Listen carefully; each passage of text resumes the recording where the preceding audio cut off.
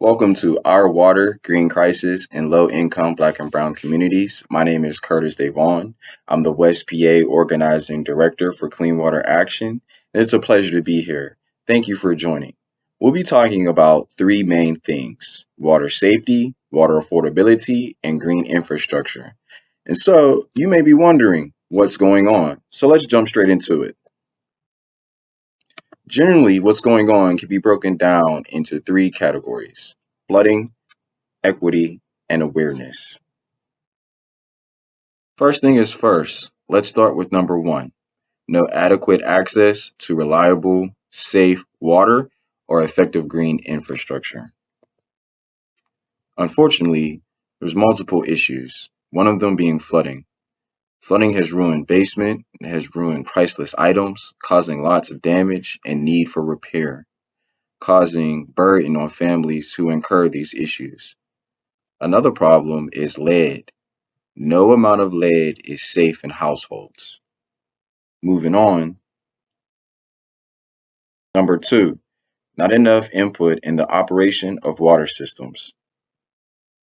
Things like LSLR, lead service line replacements, need to be done in an equitable way, helping those in dire need, making sure that they get the things that they need in order to keep them safe and healthy.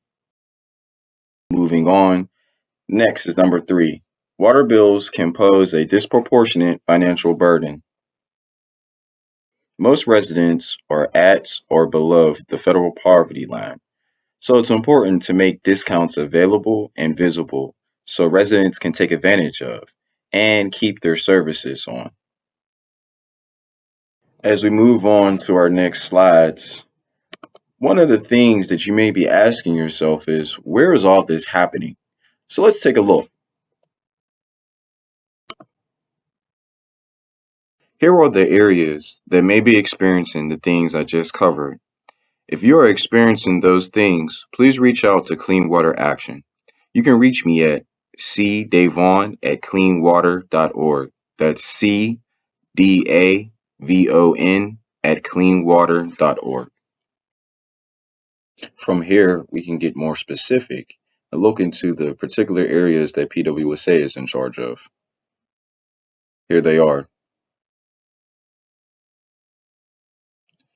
Now we can do the same thing for Wilkinsburg Penn Joint Water Authority. Here are the areas that they're in charge of.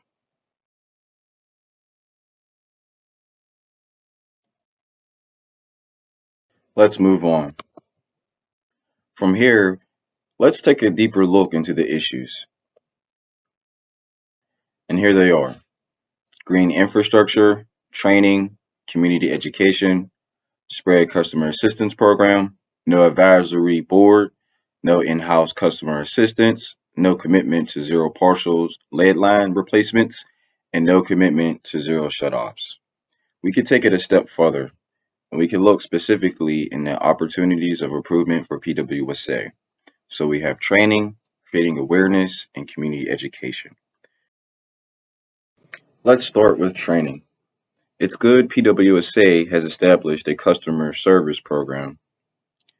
When we mention training, we mean better preparing PWSSA workers to deal with residents' issues, to be able to facilitate and work with them better. Creating awareness is about creating an avenue of communication so residents can be aware of projects happening around them. Most residents see the construction and see the workers, but don't know what's going on. So opening up communication so both can know what's going on. Lastly is community education, offering a way to teach about what's going on so residents can begin to learn and develop their own solutions to the authority, and thus creating empowerment and a working relationship. Let's move on and take a look at areas of opportunity for Wilkinsburg Penn Joint. And here they are: no advisory board, no in-house customer assistance, no commitment to zero partial lead line replacements, and no commitment to winter shutoffs. By no advisory board, we mean setting up a board that can be a liaison between authority and residents so we can begin to address some of the issues residents face. Next is in-house customer assistance. Currently, Wilkinsburg Penn Joint wants to use a government assistance program for its residents, which is a good start, but not enough because the money from the government is only a temporary fix. It allots a certain amount of money, but after that, residents are left on their own to pay bills. So there is a need to be additional in-house assistance that comes from Wilkinsburg Penn Joint in order to help residents make it through the whole year, especially being that most residents are at or below the federal poverty line.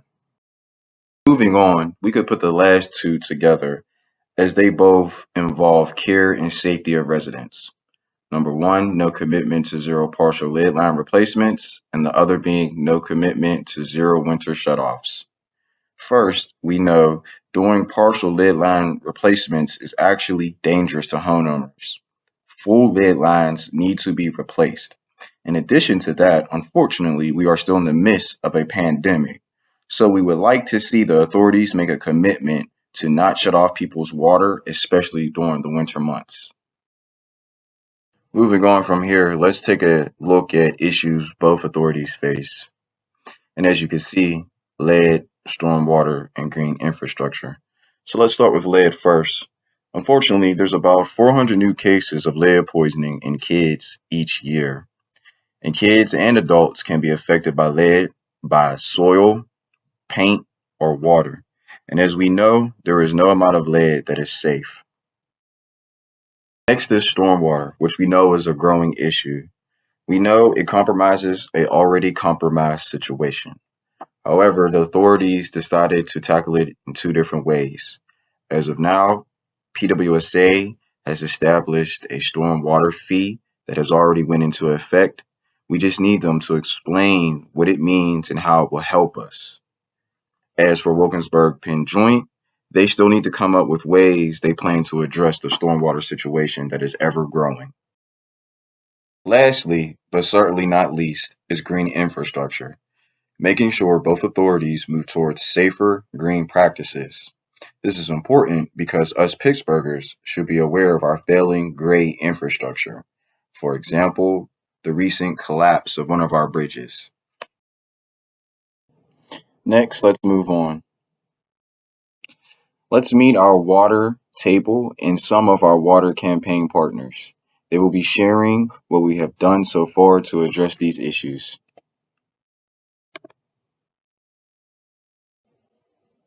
Here is Caitlin for more.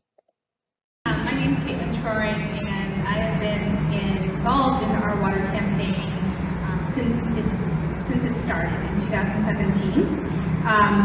And our water campaign is a coalition of environmental, labor, reproductive health, racial justice, other community organizations, and individual residents who all come together to fight for clean, safe, affordable, accessible public water since 2017. And our water campaign came together to address the public health catastrophe when the announcement of Pittsburgh's lead in the water crisis started in 2016, right? And since then, the coalition has worked for safe public water. And we've worked with water authorities, especially PWSSA, to establish solutions. This has meant both working with PWSSA, but also mobilizing residents to speak at board meetings, PWSSA board meetings, holding community town halls, canvassing, other types of community events, and direct actions. And through this work and over the past several years, PWSSA has developed a customer assistance program. They have fixed their billing system, ended the practice of partial lead line replacements, which we know is really dangerous because it throws more lead into the system, is well on track to replacing all of the system's lead lines, and also put in place a moratorium on shutting people's water off during the winter. Of course, while much progress has been made, there's always more work to be done, and this includes work around stormwater issues, expanding enrollment and access to the existing protections for low-income residents, and keeping on track with completing all those lead line replacements. More recently, our water campaign has been focused around education about the new PWSA stormwater fee, including convening meetings with community groups and churches to do education around that. And our water campaign is currently working with Wilkinsburg Penn Joint Water Authority to demand protections for low-income residents. At the end of last year, 610 people signed a petition, the majority of whom live in the WPJ service area. And this petition called for a few things. One, for WPJ to create a community advisory committee. To also to create, as already has been mentioned, a customer assistance program that's permanent. To end the dangerous practice of partial lead line replacements, and to extend the moratorium on winter shutoffs of water. We also organized a direct action outside of WPJ where over 30 people came to deliver that petition with 610 signatures that expressed the community's concerns around those previously noted demands. So I'm now going to hand it over. Thank you, Caitlin. Moving on, let's look at working with authorities. Here's Ashley. So, as Caitlin shared, and also Curtis, I think a lot of the things that he mentioned kind of falls in line with the work that we're currently doing, because it's not like we're trying to recreate the wheel. We know what works. We know what has been advocated for with a water authority like Pittsburgh, and so now here in Wilkinsburg, there's no real issue besides people who are slow to move, not making the necessary changes. So this past December, we had a meeting with the Water Authority's executive committee, the executive director and their executive committee. And at this meeting, we ultimately really pushed for a community advisory committee. We have a water authority that thinks everything is fine. So it's basically toxic positivity, gaslighting, in a way of making us feel as though we're doing what we're supposed to do, but the data shows us otherwise. So we ultimately presented that need. Just also something as simple as how they're communicating to their residents. I am a ratepayer. I've lived in Wilkinsburg most of my life. Once I joined on to supporting this work, something as simple as the way we receive our bills didn't even click to me how it is invasive. Your mailman shouldn't be able to look at your bill and see that you have a past due balance. That in itself is allowing you to have a label placed on yourself or a judgment without people understanding your circumstances or your background. This water authority is serving thousands of families, and to be a resident in Wilkinsburg, I'm expecting now. I have a 2-year-old daughter. The water that we drink in our home is really important, and so to know that we are seeing increased numbers in lead poisoning. With my daughter, we had a doctor's appointment, and she gets her lead testing. I actually had a fear of, oh my goodness, have we put her at risk of being poisoned by lead? And we know then the results of what happens after our young people are then poisoned with lead. So that was one of our main pushes with the Water Authority, and unfortunately, here we are in February, and I hate to say it, February is almost over, and we have gotten no action. You, Curtis, just mentioning the assistance that they placed on their website whenever I went on to pay my bill. I was like, oh, there's something here, I sent it over. Then to find out that it's really not help.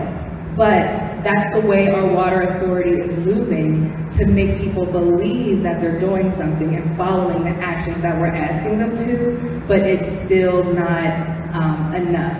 That's not what we asked for. On my way here, most of my family and friends live within the water authority jurisdiction, if that's the correct word for that. And I have yet to have one person have anything positive to say about this water authority. They want us to pay our bills on time, but they can't send us our bills on time. They can't send us late notices on time. They can't do anything that they are supposed to do. They can't replace our lead lines a complete lead line, but they want our money. They want us to do everything we're supposed to do, but they're not doing everything that they are obligated to do, being the providers of our water, something that everyone needs to live, survive, and thrive. So right now, I actually just had to let folks know I have an email address. You know, you've got to find ways to get in contact and connect with people, because especially in a community like Pittsburgh, greater Pittsburgh area, we know somebody who knows somebody. And as someone who feels that I'm pretty involved, I still have issues. So what are families who are just trying to survive day to day experiencing? And that's exactly why this kind of work and this push for better service from a water authority is necessary. And what else? Specifically with the Community Advisory Committee, I think that one of the things that really encouraged me was the information that I learned from what happened with Pittsburgh's Water Authority, and seeing how, you know, they weren't always where they were at today, and there's still more work that needs to be done. But had the community not showed up, kept putting the pressure on them to force them to make the changes that we need for our communities, we wouldn't be able to discuss the successes that we've had. So it's unfortunate that we've got to kind of start from square one with Wilkinsburg, but this work, it's important. I think every time I sit down and listen to the people who do this work day in and day out, I'm just here because I'm a resident and I need my water to be clean. But people who are doing this day in and day out, you're invaluable. And so I thank you for the information that you constantly are putting out to the community, and we've got to talk about it more, because people don't even realize, I didn't realize that I could complain about my bill and how I receive it. Some people just take that as, that's just the way it is, and it's not. And so, I don't think I forgot anything else about where we're at, because we're still trying to get our initial request answered and some action on, and not a ploy. Absolutely. Thank you, Ashley. Moving on, let's look at legislation. Here's Taylor for more. Across the lifespan, and the best part about this is it's 100% preventable, and we know how to get rid of it. So just in Pittsburgh, we know that we're replacing lead service lines right now, but we recently wanted to address lead in all sources, and last November secured the Pittsburgh Lead Safety Law, which will result in rental inspections for lead demolitions that are done safely, meaning they're sprayed with water, ensuring that all contractors that are licensed in the city have gone through a training that we will provide for free. The last thing related to water is that the city, anywhere they have power over a space, so if it's a public pool or it's a building they lease and it has water lines, they're going to put filters in or replace the lead lines. So anyone spending time in a public park or drinking at a drinking fountain won't have leaded water. And that is thanks to really most of the people in this room. So thank you for that. And that will go, live May of this year. Thank you.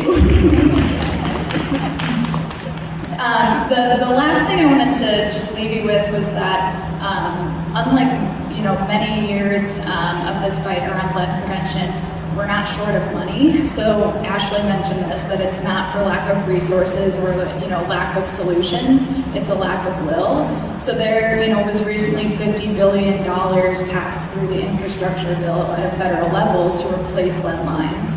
And Pennsylvania got some of that money, and it's up for grabs. And so we're not done. We know Wilkinsburg Penn Joint got $10 million last year to replace some lead lines, and we want them to get more. And ultimately, we want them to not only replace lead lines, but stop just replacing up to the curb and then leaving homeowners kind of left for dry without, and either they have to pay for it themselves or or if you leave it in the ground, it can actually spike the lead levels higher. Thank you, Taylor. Moving on. Last, we have Mobilizing the Community. Here's Anna Coleman for more. Hi, Alex. Curtis said, I'm Anna Coleman, and I'm the environmental justice organizer for Pittsburgh United, and I coordinate their water campaign. So the last part of our work we want to highlight tonight, in terms of how we're coming towards the solutions to many of the issues Curtis has already highlighted, is through the work we're doing in the community and with community members on a regular basis. So a lot of the issues that we talk about with water authorities stem from this one idea that really just try to restate it as much as I can, because it's something that I feel like took me a long time to fully understand. But it's just the idea that even though water systems are complicated and there's all this different infrastructure and different systems at work, the community still knows what they need. So even if community members can't articulate the way they want infrastructure, green infrastructure projects exactly in their neighborhood, people know what it is that they need to have done. And this is something that I feel like community members, it can be intimidating to have to go speak at a water authority when you don't feel like you know enough about it. And water authorities feel like they don't have to listen to community members because they're complicated issues and people, will mix up terminology or do things that makes it seem less legitimate in terms of what they are stating their complaints about, but they're always valid because it's affecting your families and your households and all of that. So the work we try to do is trying to bridge that gap. So by giving community members a way to communicate with water authorities, we hope that that kind of intimidation can be alleviated and people feel comfortable stating their complaints. So I'm not going to talk about this much because Curtis actually has a nice video, which I'm very excited to see. Miss Tanya Todd, which hopefully some people know here, but she has a really horrible, incredible story of just having to deal so much with the water authority and for the most part being ignored for a really long time. But what we were able to do is working with her and the connection she has in the community to create a survey and then through canvassing and door knocking, collect information on flooding and backups throughout Homewood, and now hopefully expanding larger into the PWSSA service area. But with that information, by being able to put it all in one place, we were able to present it to PWSSA, and especially with the long-term relationships that our water campaign has with PWSSA, they really listen to us. So this is a fight that's been going on for months, and then we can just gather this information and have a meeting, and it results in something different than when people are having to do those fights on their own. So yeah, I think just to restate the idea that what we're doing in the community, all of these other things, that is the basis of what we're fighting for, is just more public involvement in these systems, because at the end of the day, it's public money, and these are public authorities, and they're supposed to be democratic in the way they're run, so yeah. Thank you, Anna. Next, let's move on. From here, let's talk about how we're going to end the crisis. We're going to end the crisis in 4 ways: through legislation, working with authorities, creating more awareness about programs, and continued organizing. We just heard about legislation from Taylor about the lead safe ordinance law. Coming up, we're going to be hearing about some other legislation from Representative Bullock and Representative Kenyatta. But before we get there, we're going to have my colleague, Steve Hesdovich, introduce them.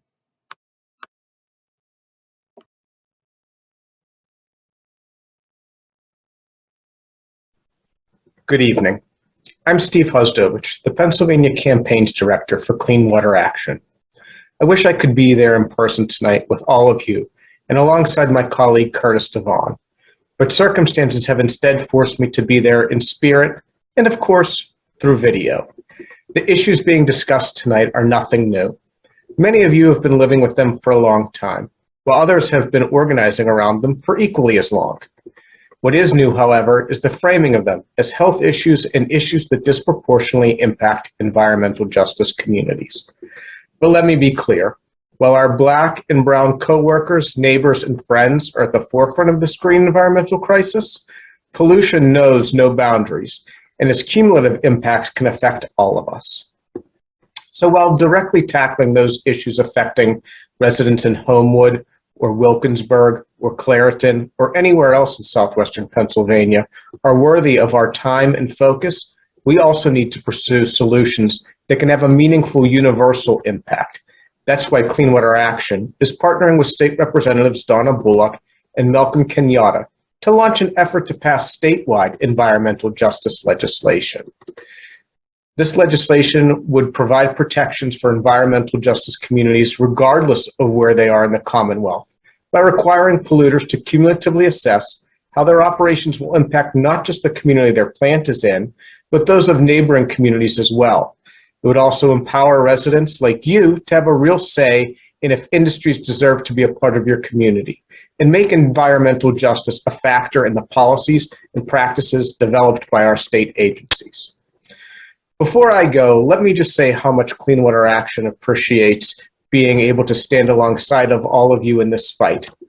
There are those who will be obstructionists to this effort because of their political ties, or they feel it's not necessary, or they don't share our sense of urgency. So it's going to take all of us with a dash of patience and persistence to see this through. But the historic impact we'd have makes it worthy of this approach. But enough for me when you have a chance to hear directly from our legislative partners about their historic bills. Thank you for being a part of tonight's event, and I look forward to working with all of you in the future. Thank you, Steve. Now let's hear from those representatives. Representative Bullock will be talking about House Bill 2043, and Representative Kenyatta will be talking about House Bill 2034 and House Bill 2256. First, I just want to start with a bit of heartfelt thanks. My name is Representative Malcolm Kenyatta, and the legislation that I've introduced around some of the core issues related to environmental justice in the Commonwealth of Pennsylvania, I'm under no illusion that this is the first instance that folks have been galvanized around this issue. In fact, this legislation is a reflection of the reality that there have been so many activists, folks who we know very, very well, like Brother Maurice, and folks who have been engaged in this work who just want to live in a community that is safe and clean, that has clean air and clean water. One of the things that we want to do with my legislation is first make permanent the Office of Environmental Justice. Right now, that office, so people understand, is not a permanent office. It is an office that exists because we have a current Department of Environmental Protection that understands we have to be looking really hard at cumulative impact in terms of environmental hazards, and that they have been placed in communities of color consistently over the years. And because we have a Department of Environmental Protection that has the leadership of a governor who, even in this most recent budget, has prioritized in terms of what he wants to see us addressing these concerns. But we need to make sure, irrespective of who the governor is, that there is an office laser focused on how environmental harms have been brought upon folks, particularly in Black communities. What we also need to do as well is make sure that we take a renewed look at how permits are approved. I already mentioned cumulative impact, but this is yet another example of how we're going to make sure environmental justice isn't just a buzzword, but it is the reality, the lived reality for people in every single part of this Commonwealth. There are folks in Chester who know all too well about what those cumulative impacts can look like. When environmental hazard after environmental hazard is placed in communities where folks assume there's not going to be a lot of political power or will to block what they want to do. And so we need to reimagine the way we do this permitting process to make sure we understand where, how, and be able to push back when folks are going to put things in our communities that aren't going to do the work that we need to remediate areas where there is already harm, as well as address future cleanups and prevent future harms, frankly. And so this is just a tip of the iceberg, and this is just a reflection of the consistent drumbeat. Maurice called it a campaign, a consistent campaign. And I'm just grateful to be able to lend reinforcements to a movement that has been decades long. Black and brown communities deserve, absolutely deserve, to have our needs prioritized in terms of the impact of the environmental hazards that have consistently and persistently been forced into our communities.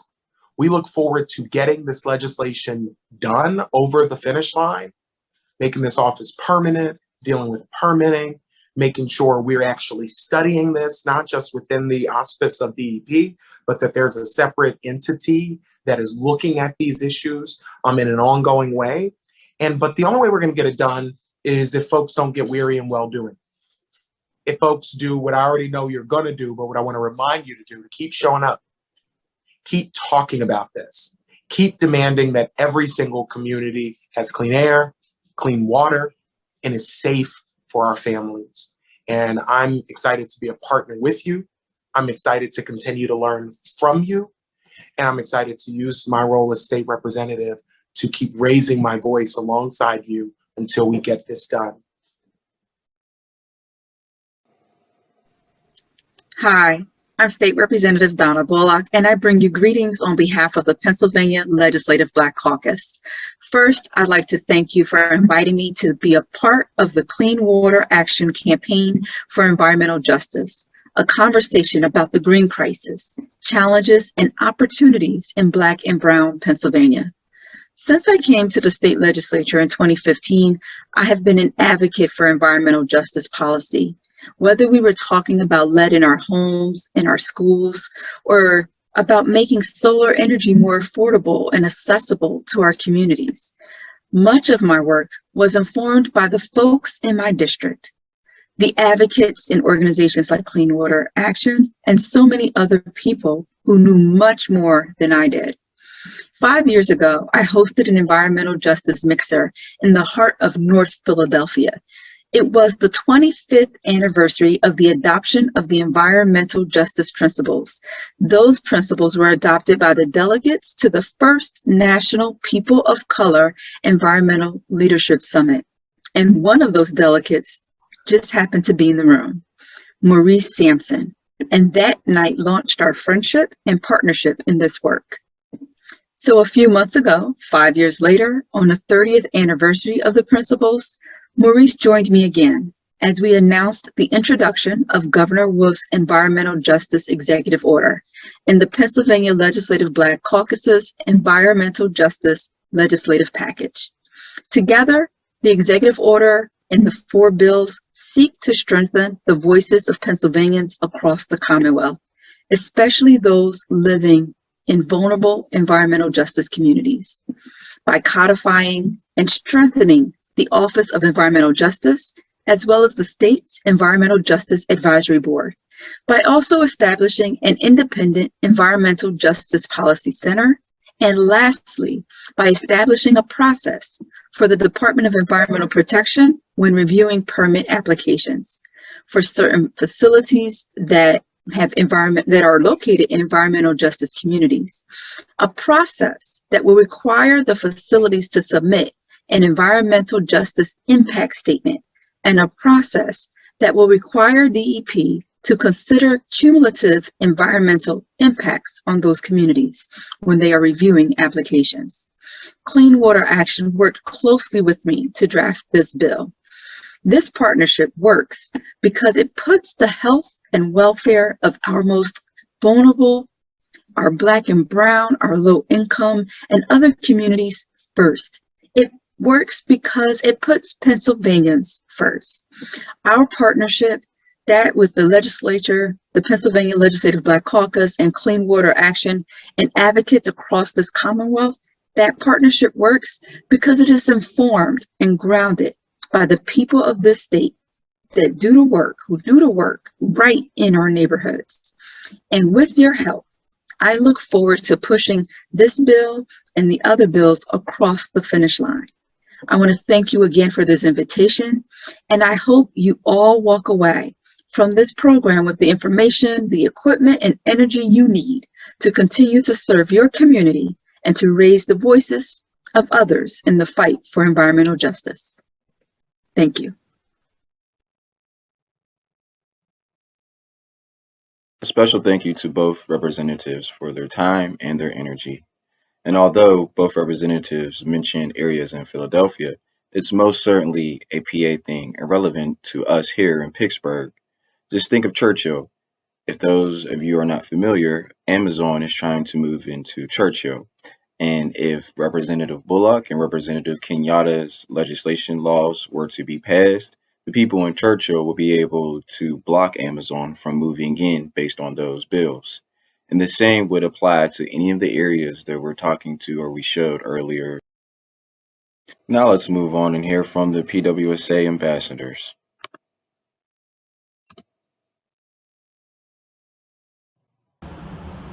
Good evening, everyone. My name is Dana Fowler, and I am from the East Liberty, Lincoln, Limington, Chadwick, Bellwood community.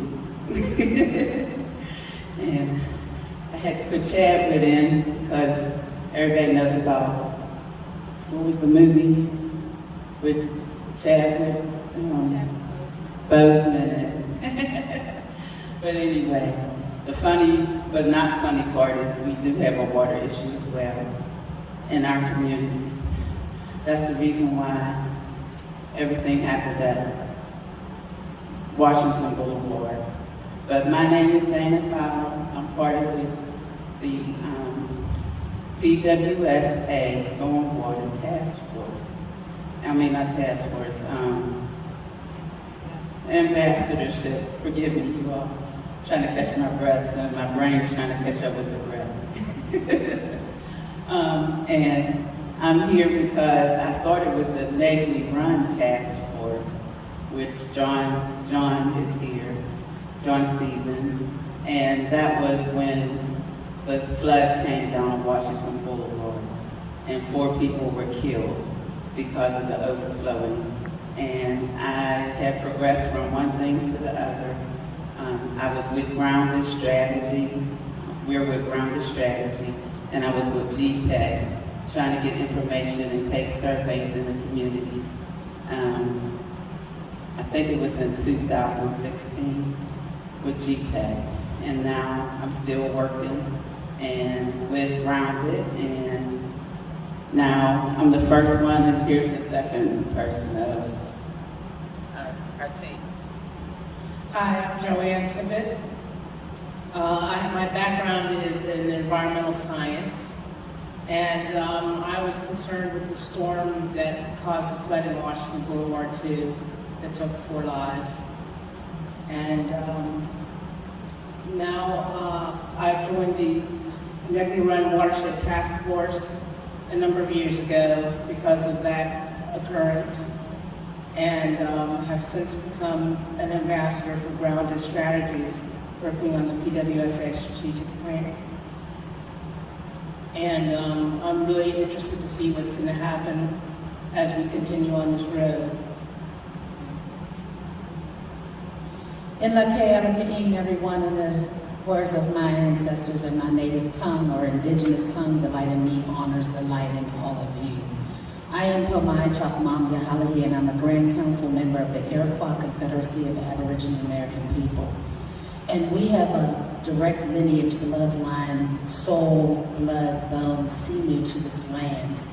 And when we see our lands being disrupted, with infrastructure that doesn't take into consideration the longevity of these things, that they don't last beyond 100 years. So I became a member of the Navy Ground Watershed Task Force Committee, and thanks to John, he recommended that I apply for the Stormwater Management Ambassador Program. I've also worked in agriculture and permaculture for many, many years. I've worked in land stewardship and environmental justice in my own capacity with my nation. And I will say that this is a great coming and a great time where all the people are coming together to understand the importance of land, the importance of water, the importance of soil, the importance of our air quality. These things are essential for our children and our future generations. So what we do today will impact 100 years when we won't be here anymore. And I will not allow my grandchildren and great-grands that I have yet to meet look back and say, what did you do? What did grandma do? Did she do something? What did we do to stop what is happening? So I'm glad to be here and be a part of changing a legacy of not honoring the land that has been implemented on this land for a very long time. And I'm happy to be here.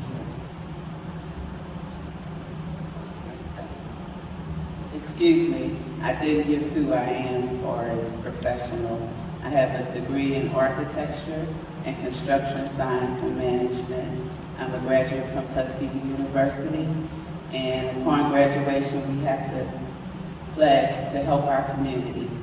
And my parents, my father was Reverend Harold Fowler, and they were community activists for the Lord and for the community and for the people. And I'm finding out even more how great my father was. He believed in women business owners and women having churches a long time ago when men and people didn't believe in that. And I'm finding out how he has established things in the community. I'm like, wow. No wonder he pressed for me to go to college. So I just wanted to say that. Okay, a little bit of the history of stormwater in Pittsburgh. Sewers were constructed in Pittsburgh to carry both wastewater, which is the water that comes from your sinks, your tubs, and toilets, and also the stormwater. And they carried it away from streets and businesses and sent it directly to the river. And these are called combined sewer systems. In 1946, Al-Qasan was created, and it came on board to study and to come up with a plan to treat wastewater. And it became a treatment plant in 1959. And in addition to the treatment plant being constructed, they put in what are called interceptors. Those are long pipes that line the rivers and streams. Now there is a stormwater problem in Pittsburgh, and the sewers were built in like the late 1800s.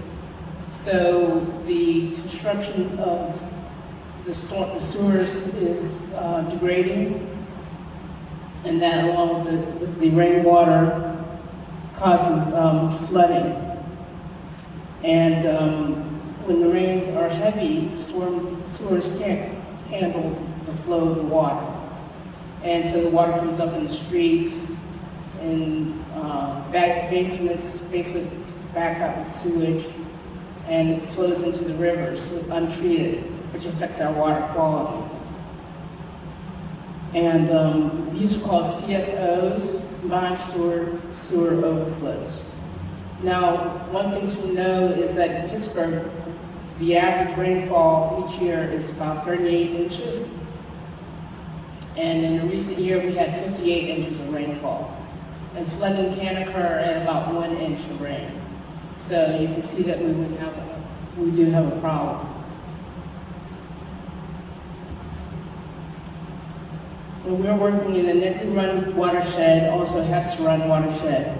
In Netley Run watershed, the neighborhoods involved are Homewood, North, West, and South, East Hills, Penn Hills, parts of Penn Hills, Lincoln, Leamington, Belmar, Lincoln, Leamington, Chadwick, Belmar, Larmer, Highland Park, and East Liberty, and North Point Breeze. And the watersheds are also termed as sewer sheds, so it's a term that's used often. And there's 3,300 acres. It's covered by parks and park-like forestry conditions. And the overflows were 777 million gallons of overflow, and that's a lot. So we definitely have a problem. And now Sean Palmer.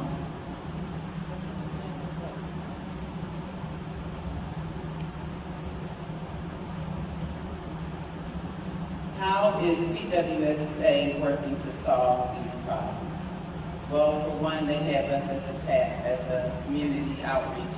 We'll be door knocking, going in the A42 community, which Joanne just told you that we're under, which is a region from Highland Park all the way up to East Hills and part of Penn Hills.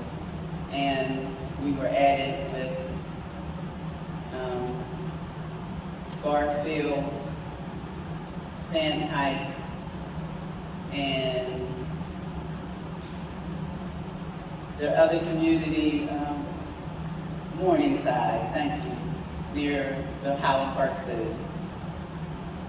A lot of territory to cover us three, but we're going to do it. Even if we have to incorporate the water people, we maybe can collaborate in this, because it's the same thing. We're trying to help people with their flooding, basements, water overflows. This is all a part of the sewage system, civil engineering system that was created years and way before we were even thought of. And so now we're trying to change the way it was done and how we can make some changes to help our people with the lead line replacement. I had it myself to my home. It's 100 years old. All these houses are over 100 years old. And lead is very dangerous. And I couldn't understand how lead was in our home. And sometimes if your closets are not painted, you need to repaint them. Because that's another thought I saw. Because my great niece had lead poisoning, my mother told me. I said, how? I was in Chicago at that time. And when I came home to take care of her, I was like, I kept thinking mentally after being educated, how does this happen? And I never thought about the lines, the lead lines, water coming in, but I was like, I'm pretty good on it, we're good. And then I painted all the closets, and my sister kept saying, why are you painting the closets? I said, because it's a bad thing, there's lead in there. It's not deteriorating, and you could just repaint over it and encapsulate it, that it won't come to deteriorating. Just paint it every so many years, y'all. So every 5 years maybe, because there's not a lot of work going on in the closet, unless your kids play in there. Keep them out. So that's one thing. And another thing that PWSSA, they have stormwater infrastructure projects to be funded and in our areas, and they're trying to, like they said, bring water infrastructure with new lines, new civil work underground to bring things into. And so since I had the lead line replacement, I watched them, and yes, they did take out the old lead line and put a copper from my house to the box, and from my box to the street box, they put a PEX line. I'm not sure about the PEX because that's plastic, but I guess it's tested. That happened after I got out of college. I have to do some homework. But I know it's the new industry way, and everything is vetted through a certain procedure in construction and things of that sort. You've heard of different things when you buy stuff. It says UL, United Labeling, and all those things are vetted, and as well in the construction industry. So I know it's been tested and proven to be a good thing today. We don't know what happens down the road. but all we can do is change things for what we know for today. And then there's reduction of the runoff controls going on. So that's where we come in. We're trying to help people understand different ways they can improve their property, to help stop the water flow through green infrastructures, the right type of trees on their property in the right distance so they can suck up the water, so we can stop the water going into the basements and things of that sort. And so we're trying to help them in so many ways, as well as the different resources that the PWSSA will be coming up with in their stormwater and program as well. Now I'll pass it to Palmana. Thank you, Sister Dana. So the few slides that are left are really focusing on things like how will the infrastructure, the stormwater infrastructure projects be funded, and it's broken down into three tiers, three residential tiers and one non-residential tier. So it's going to really be based off of your space around your home.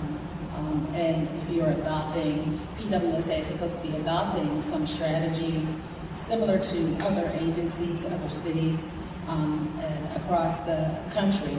And they'll charge a fee for this stormwater services. And this fee will fund improvements. This is the theory behind this, that it will fund improvements and maintenance of stormwater infrastructure based on the amount of hard surface on each one's property. That's why I like what Sister Dana, her comment on the slide that she was presenting, is that there are ways that can be mitigated throughout the city. And as an Aboriginal American Indian, I have to be clear, because I speak for my people specifically. We've been the voice most marginalized on our lands. We have had systems in place to deal with climate issues and climate change that is really in line with ecosystems, right? And if you're doing things in line with ecosystem ecology, your natural environment of green spaces that you already have, creating bioswales is a big task, but you can create small chinambas and things like that. People can always reach out to us and we can give some examples of some things that you could do to beautify your yard, to take up that water, to use things to take up that water. So the tier is going to be broken down based on space, and I suggest you contact PWSSA for more specific information on that. Reducing your fee through runoff control was what she mentioned, and that is when we talk about planting trees, bushes, berries. Berry bushes work really well with absorbing water. If you have a terraced landscape, sort of like a hilly, and there's a lot of hills in Pittsburgh, you can do terrace planting of trees. Start with larger trees to suck up more, come down a little bit and plant some berries, and then lower end plant some flowers or plants that really absorb a lot of water. There's a lot of things you can do that I encourage people to look into. So they are going to have a customer assistance program for the stormwater, and it's going to be bill discounts. So let me just read verbatim so I don't miss anything. It states here that eligible customers at or below 150% of the federal poverty level and enrolled in the bill discount program will receive an 85% discount on their applicable stormwater rate each month, which can be significant for people who are really struggling just to make ends meet. Like the rates, the discounts is pending final PUC approval.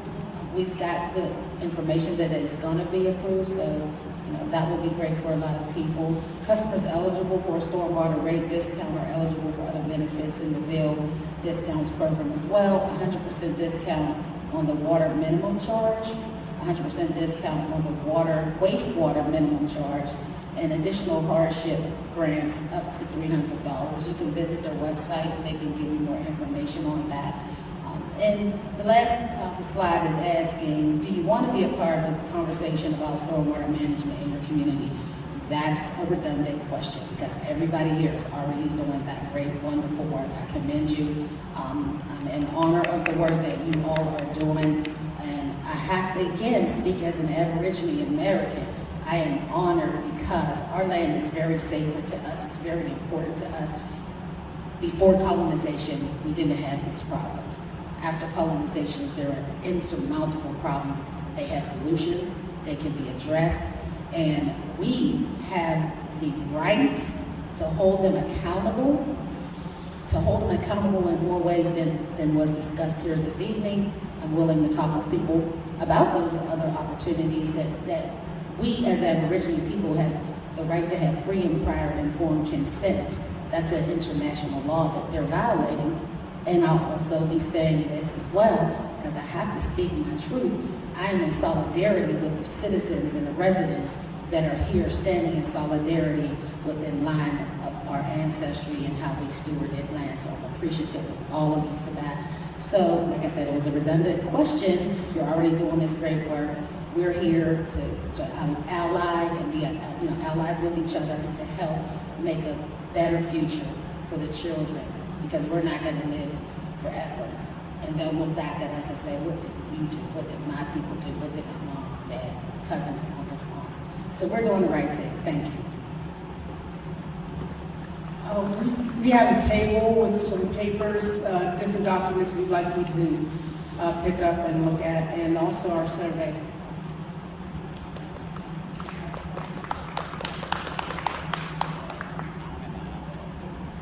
Other resources, so just real quick, Becca Smith from Grounded Strategies is the project manager of policy and land stewardship. She's amazing. You can reach out to her. Her email, I'm sure, is Becca at groundedpgh.org. I'll look for phone number too, 503-360-6597. Rebecca Zito, PWSA Senior Manager of Public Affairs. At PWSA Resources, they have a phone number you can contact, 412-255-2423. I'm sure most of us know that number. PGH 20 Cares team is also some assistance. You can reach out to them, 512-255-2457, and of course 311 response. Thank you, ambassadors. I'm now going to take a moment and go over the slides in case you want to pause to read more.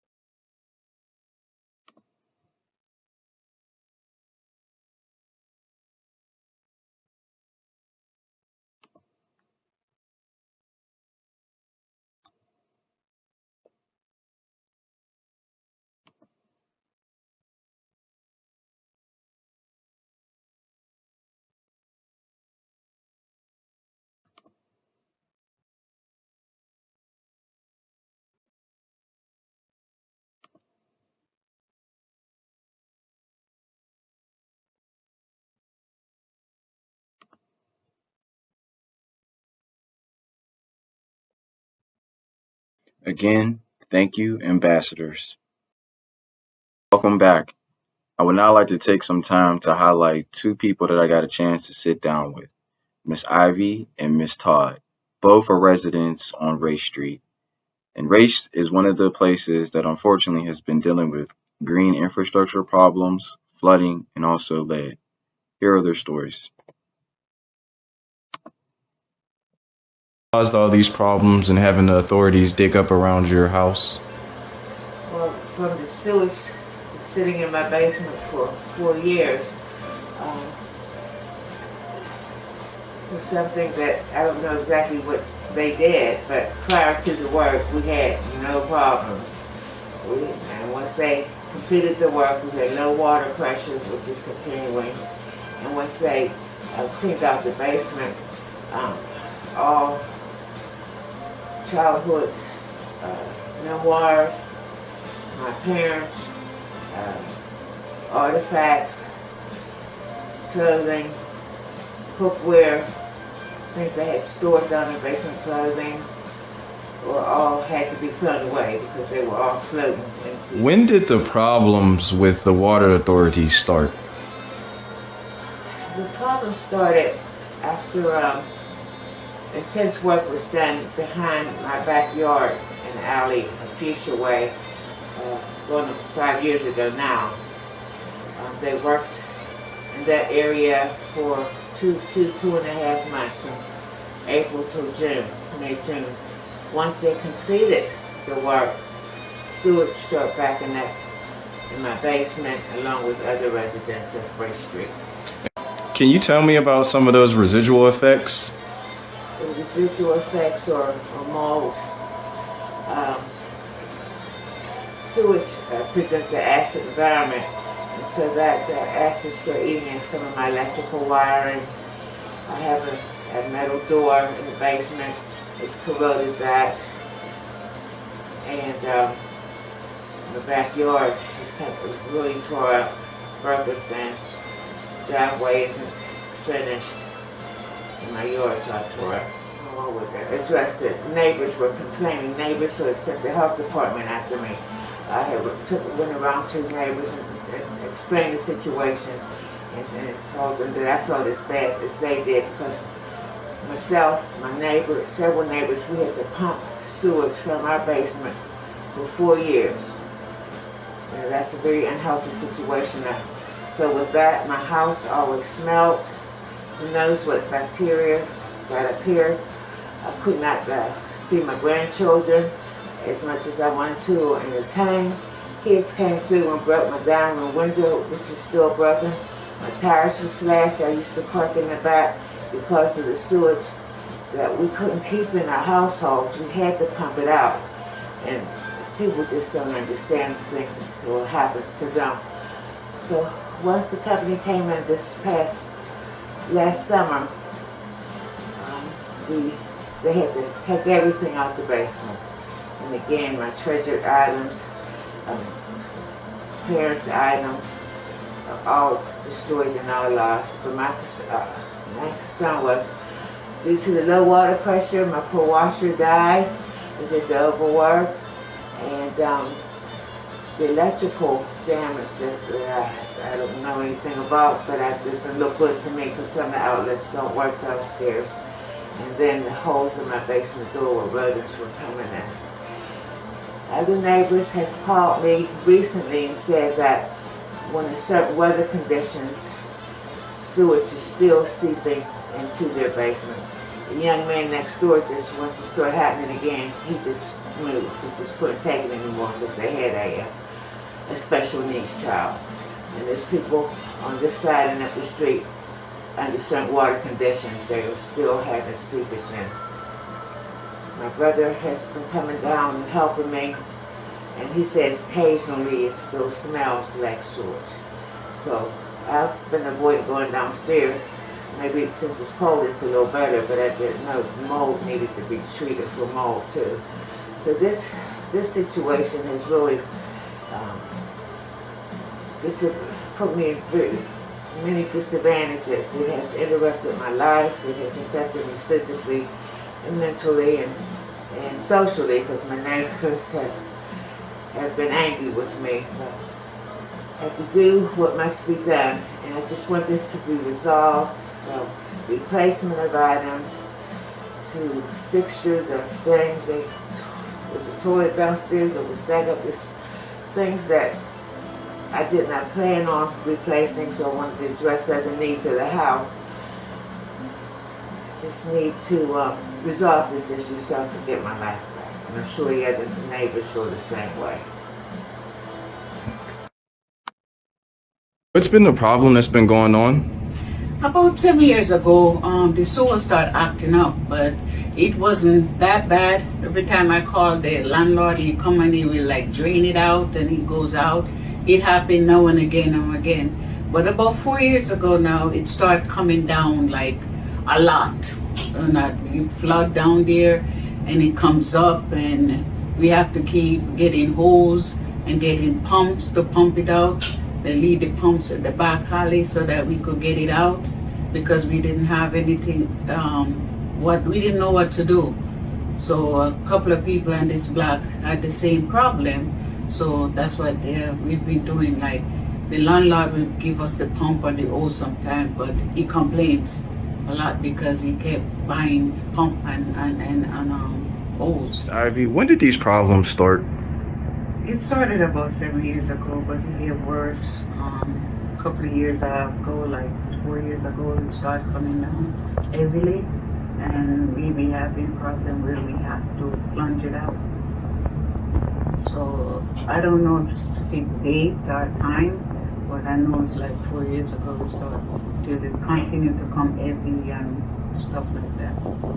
What have been some things you had to do to stop the situation from happening? Well, I had to pump out the water numerous of times.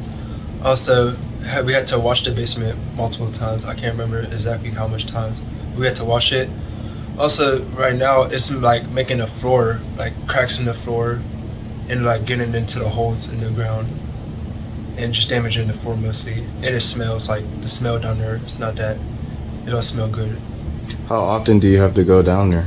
Every day, usually in the morning, and before I close out downstairs, before we close out downstairs, we make sure it's okay and all the water's pumped out.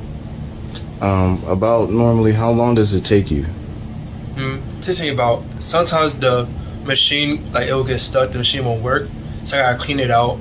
Or sometimes the hose, due to the temperatures outside, we will have to take the hose and bring it back inside the house for it to melt, for the ice inside the hose to melt. So it takes about 15 to 20 minutes, mostly. The water messes with the furnace. So it's like, I feel like the water gets too high, it'll probably get a furnace and mess it up. So one time the furnace went out, and I'm pretty sure it was due to the water and stuff, so it like messed it up. So we had to go like do a night before, where we had no heat or anything like that. Yeah, and I just feel like nobody has to go through that. Like nobody should go through that. But that's like a lot of money to pay for when you have to mess with your furnace. It's kind of hard because he's the one mostly go down there, and I have to keep telling him, Jacob, did you check the basement? Jacob, did you check the basement? Like he said, like when he's in school, he's like, check it before he leave. When he come home, he check it before he go to bed, and he check it to make sure it's not a lot. When it comes up a lot, we go down there to help. He don't want me to go down there most of the time because I fell one time, and he fell. A lot of time he fall down there because it's slippery, and we have to like sweep the water out down in the sewer or stuff like that. So I go down there when I can to help, and his sister go down there sometimes to help. But she hardly go down there because you have to tell her to go down there, but she'll come down and help sometimes. You know, but it's hard, and I don't like to be moving all over the place, so that's why I really stayed here, because I don't want to move. I know people might say that, why you don't move and stuff like that. It's not easy to find a place, and it's not easy to keep moving from one place to the other. Thank you, Miss Ivy. Remember that tour of yard Miss Tanya talked about? Well, here it is. And you can see she has an area where she would like to grow plants and flowers, and she's unable to due to the sewage that's in her alley on Fuchsia Way. Here's a look at the alleyway on Fuchsia Way. You actually can see the brown stains in the alley from all of the sewage that has gone through there. Here's another look at the alleyway. Remember Miss Todd said someone broke her window? Here it is. Do you also remember the low pressure she mentioned? Fast. Take a look. Hot, that's it. That's as high as it goes. Uh-huh. How long does it normally take to get hot? A couple seconds. It doesn't take long to get hot. You, Miss Todd. As you all can see, these residual effects are very real. As Miss Ivy's son said, no one should have to go without heat. Now, unfortunately, These are situations that not only people on Ray Street are facing, but the streets next to it, and who knows where else. So if you're experiencing something like this, please reach out to us at Clean Water Action. We would like to help you. In addition, I would like to bring focus to some common themes that folk on Ray Street and who knows where else have to deal with. Loss of items, damage unable to be fixed, and the physical burden that they have to go through day in and day out just to keep a safe, clean home.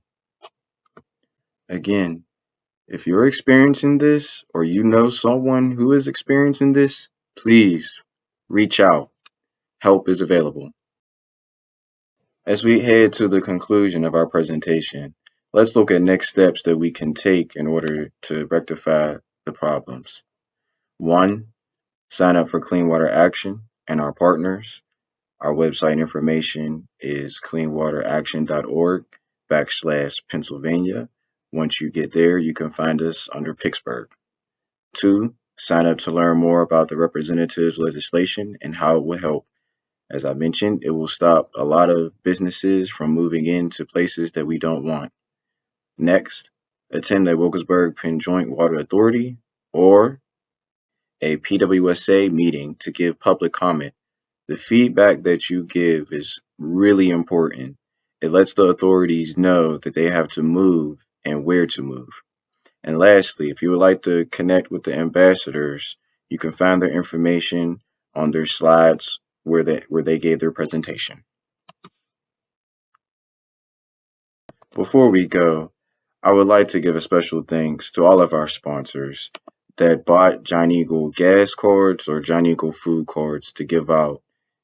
I would like to thank Bike Pittsburgh, Pittsburgh United, the Breathe Collaboration, Representative Summer Lee's office, and Upstream Pittsburgh. Thank you very much. Thank you for joining us. My name is Curtis Davon. I'm the West PA Organizing Director for Clean Water Action. I look forward to working together.